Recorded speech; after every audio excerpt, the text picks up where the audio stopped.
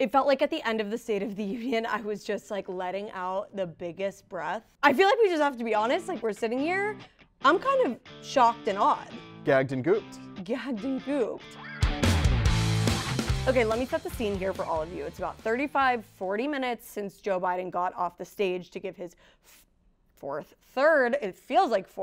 State of the Union address. I'm here with the Recount senior political producer. I'm Grace Weinstein. This is What the Fuck America. Where the hell do we start? This was crazy. You actually said something really funny when it finished about like Republican expectations that they set. Please say it again. I mean, basically the expectations for this were set so low that Republicans have been acting as if he was going to come out there and like choke on his own spit and shit himself and fall down the stairs, you know? And that might have been the best thing that he had going for them in this, for him in this speech. Yeah, they were waiting with bated breath for that to happen, and I could feel that tension and that energy as soon as he walked in the room, which is where I was kind of like, I mean, the entry walk, you want to be beat chest, puff it out, I'm the man. And that's not typically his vibe these days. And he walked down that aisle with everybody trying to seemingly kiss him on the lips on the Democratic side, which is always so strange to me. I'm like, you guys are just so ever so slightly off now. in the red zone for sure. Right? Yeah. Potentially considered adultery by the Republicans on the other end who were heckling him as he was coming down the aisle. So let's start it, he's walking in. Yeah, he's walking in. The top line for that for me was one Marjorie Taylor Greene showing up in a MAGA hat and handing him a button that said Laken Riley on it. Yeah, which he took. I was very surprised that he took this from her. I feel like it was probably historically a do not engage situation, like do not make eye contact. And he was like, give me that shit, you shouldn't say that word, is what he would say. But it was, I mean, that just started us off the bat with this was going to be unlike other states of the union. Yes. Because A, members of Congress don't wear campaign paraphernalia to the floor at all, but especially not a State of the Union. Yeah. So she was already kind of breaking decorum and kind of breaking House rules because you're not supposed to wear a hat on the House floor. Now that might have been, maybe the rules are different for joint sessions of Congress, blah, blah, blah. Doubtful. But like, so that was the vibe we started off with. Yeah. And he seemingly was like, oh, we're playing that game, I can play that game too, let's go. And that kind of moment was marked by him seeing her among the crowd with her gaudy ass hat and going,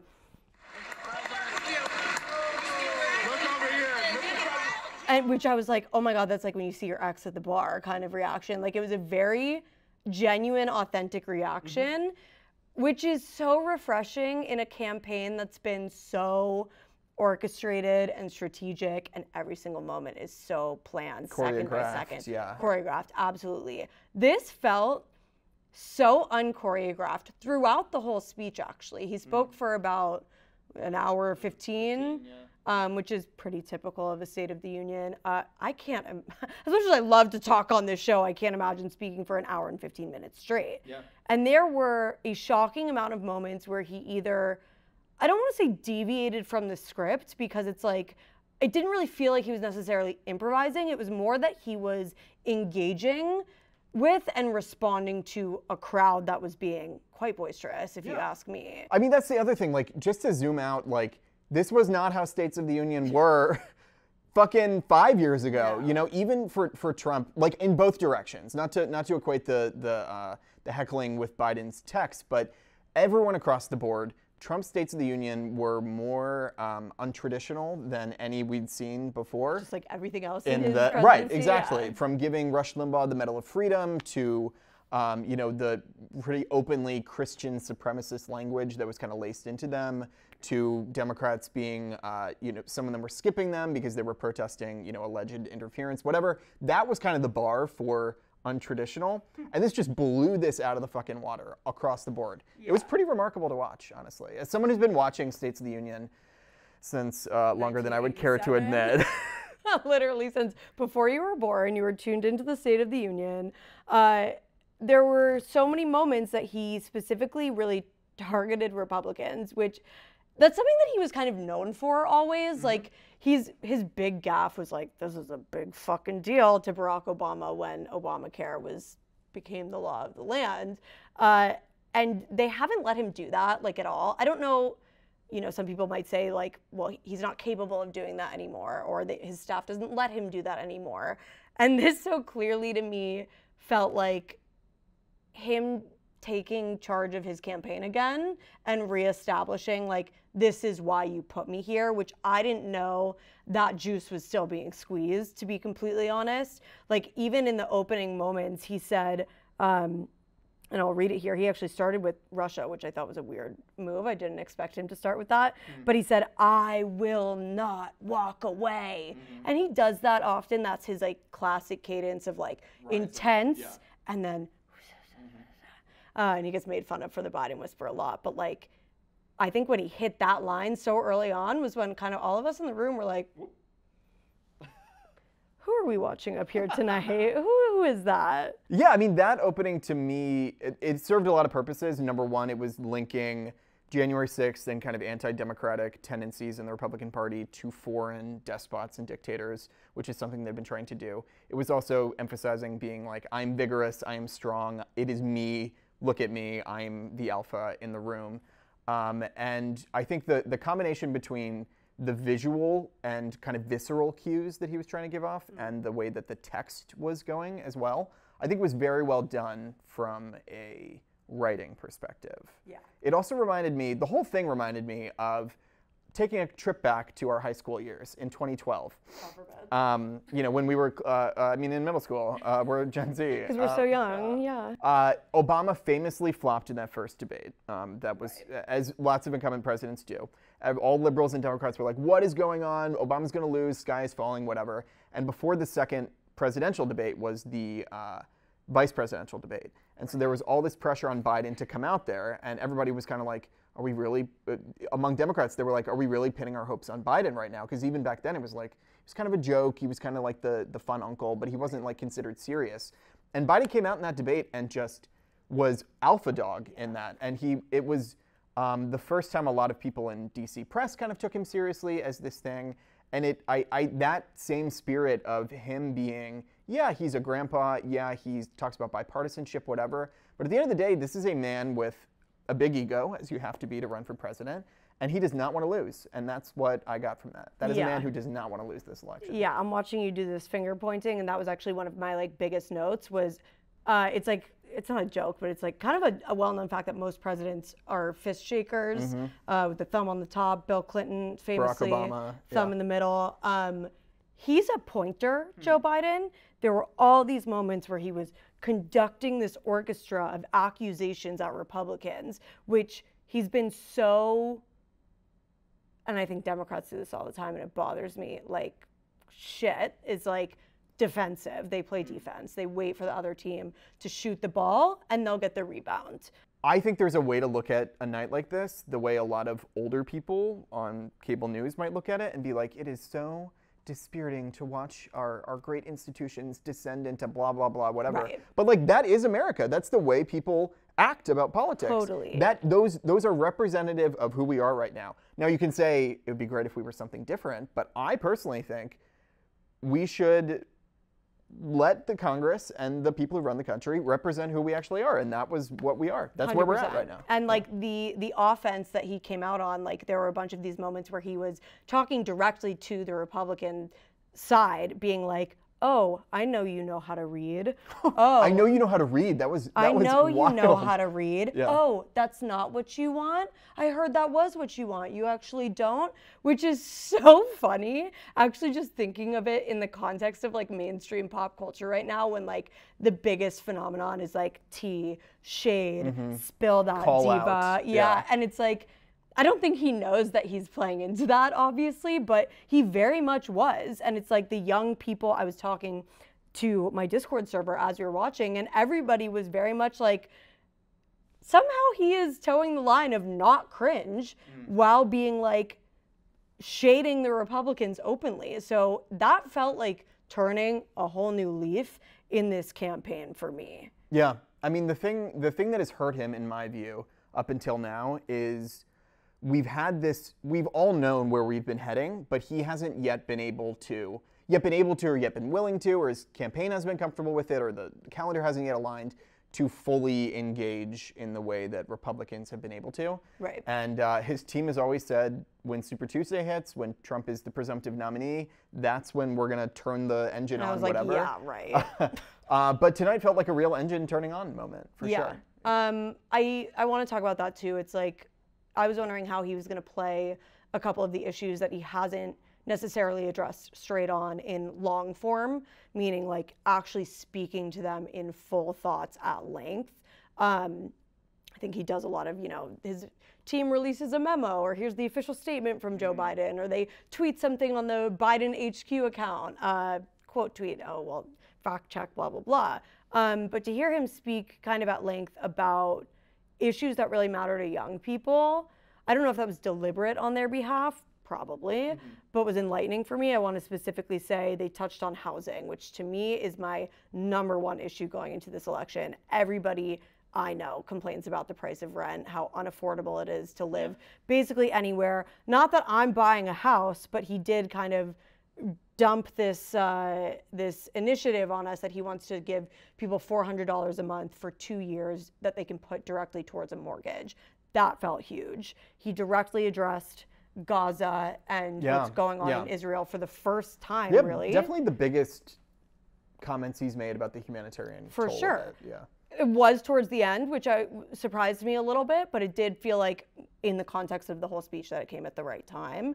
And he explicitly said, I have been working on an immediate ceasefire, and Israel has a duty to reduce the amount of civilian casualties. That's harsher language, like whether or not that's enough for people. That is harsher language than he or any other president has used.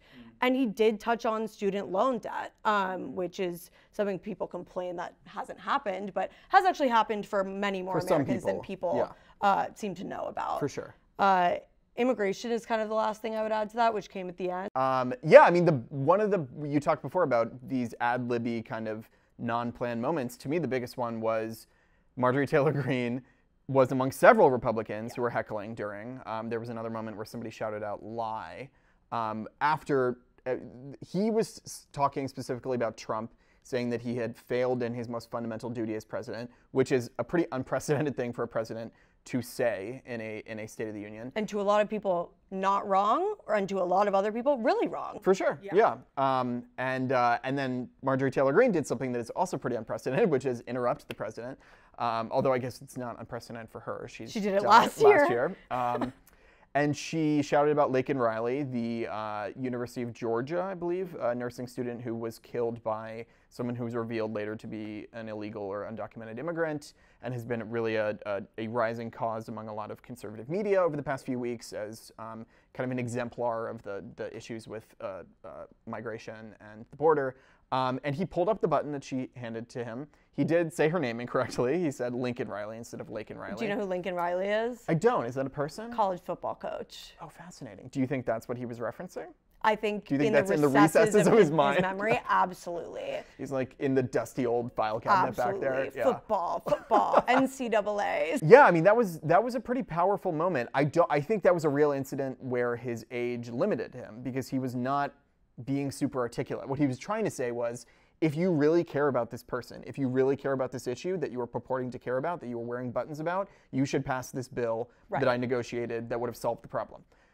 I could get that that's what he was trying to say because I'm very plugged into this. I don't know that an average person would have gotten that from the way he articulated it. So whether you think the age issue is real or not, that was a real incident of his age limiting him.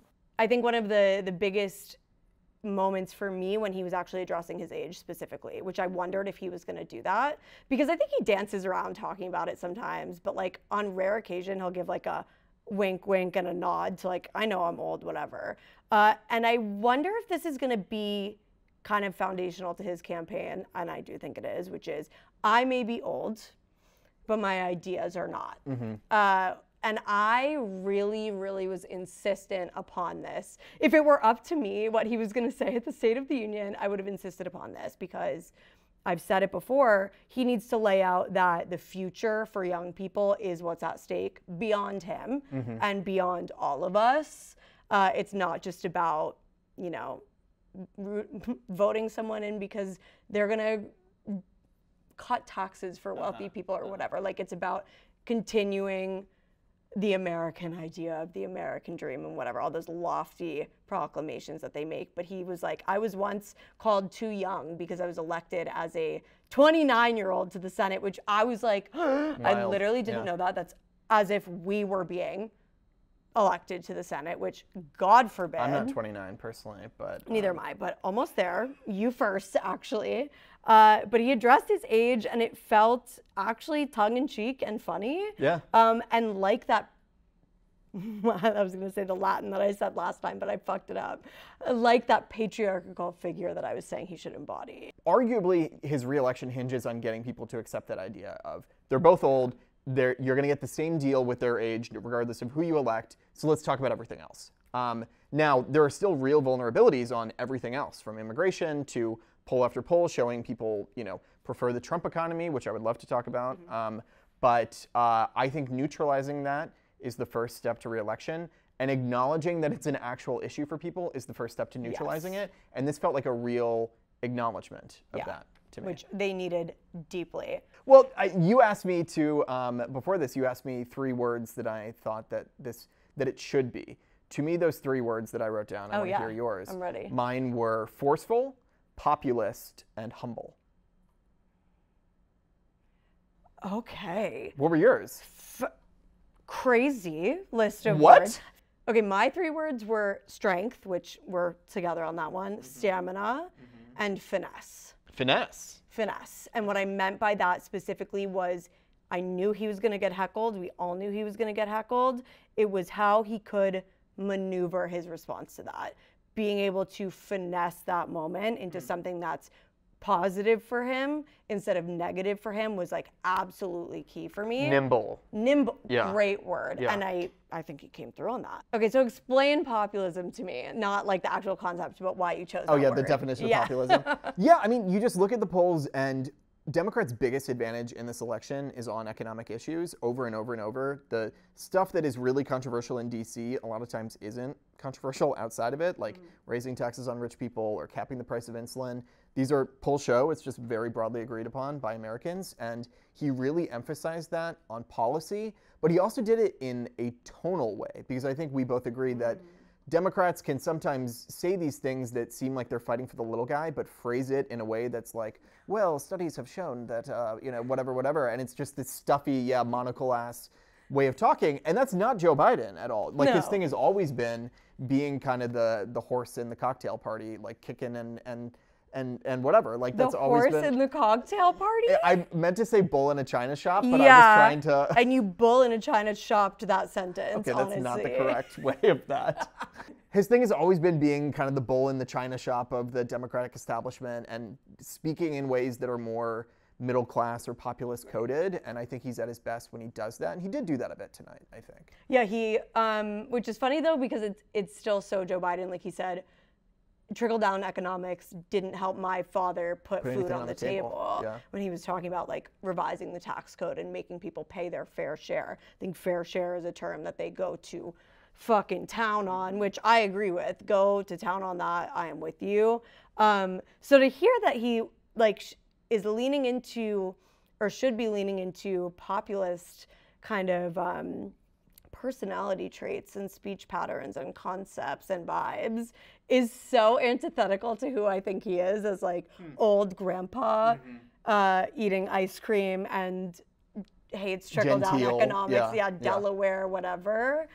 So I'm interested to see how those two things will kind of play against each other as this keeps going. Yeah, for sure. Because clearly we have an appetite for populism, as like the rest of the world does as well. People are champing at the bit for horses champ. They do. Yeah. So do I, and so do you. Let's talk for a second talk for a second about Kamala Harris and Mike Johnson. What a stark difference between the two people sitting behind him. Yeah. We counted in the Discord, Kamala Harris did 90 up and downs, which that is a squat routine as hell. Like, get your booty whipped into shape. What did the person in the Discord say about it? She said she's doing her P90X. She's hitting her P90X exercises right the fuck now. Hit workout. She was. I'm surprised she wasn't like glistening with sweat. surprised she wasn't glistening with sweat. Oh my God, it's 11:35. Watching her in contrast with Mike Johnson, who stood up twice, once for John Lewis, once for Israel, and who kept doing what all of my elementary school teachers would write on my report card, which was, I learned an eye roll way too young. What were you rolling your eyes at? Oh, the bitches. All the bitches. In phonics? Yeah, literally in like first grade. He was out there eye rolling till the cows come home. Yeah. Yeah, I mean, it's funny. First of all, it's very funny that Joe Biden is the first president in history to give 3 back-to-back States of the Union to 3 different speakers of the House. Wild. Which is just, emblematic of where we're at a little bit. It is also funny that, no matter who gets swapped out, Kamala Harris is staying there. So it's funny to me that she's probably looking at them like, all right, I'll see who's here next year. Yeah. And it very well could be that she'll see someone new next totally. year. Yeah, it was a funny position for him to be in because you as the opposition speaker, you are looked at as like the symbol of resistance, and your facial expressions and what you choose to stand for, what you choose to clap for, is a cue for the rest of the party, not just in the chamber, but around the country.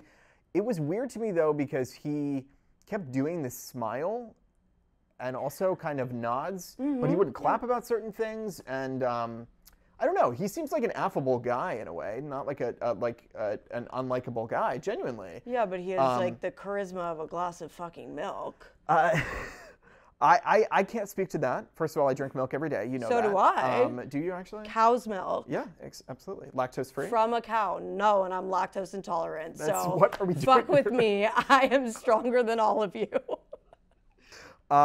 So yeah, it was weird. It was funny to me. Yeah. But it could very well be the case that is his last time on that day as speaker. Who knows? We'll come back next year and actually see if that's true. Yeah. So this was like the first big hurdle because Super Tuesday was a nothing burger, as they say. R.I.P. Dean Phillips in our hearts forever. So where do things go from here after Super Tuesday, State of the Union? This is a crazy week. And then what happens till conventions? What's he gonna do? So I would say first off, I need a fucking nap after this week.